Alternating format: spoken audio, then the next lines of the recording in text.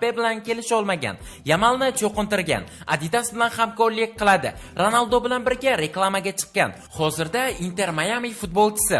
Bu klubga endi kelganida jamoasi oxirgi o'rinda bo'lgan. Messi transferidan so'ng Inter Miami chempion bo'lgan. Beckham bu transferga Messini ko'ndirgan. Chapaqay o'yinchi, lekin o'ng oyog'ida ham gollar urib turadi. 9 yoshida Realga hat-trick qilgan va bu hat-trick uni juda mashhur qilib yuborgan. La Liga tarixidagi eng ko'p hat-trick qilgan futbolchi ham Messi hisoblanadi.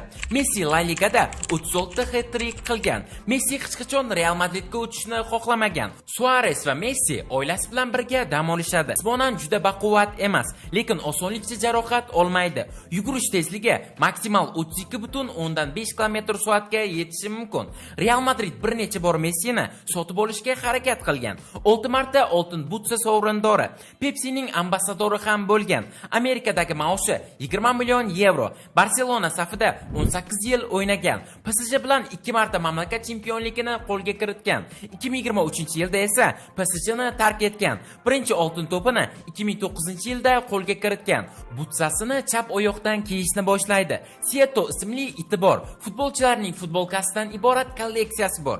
Barcha oltin to'plari bilan birga uxlagan. Oilasi bilan sayohat qilishni yaxshi ko'radi. Instagramda 1,5 milliarddan ortiq obunachisi bor va 1381 ta post joylagan.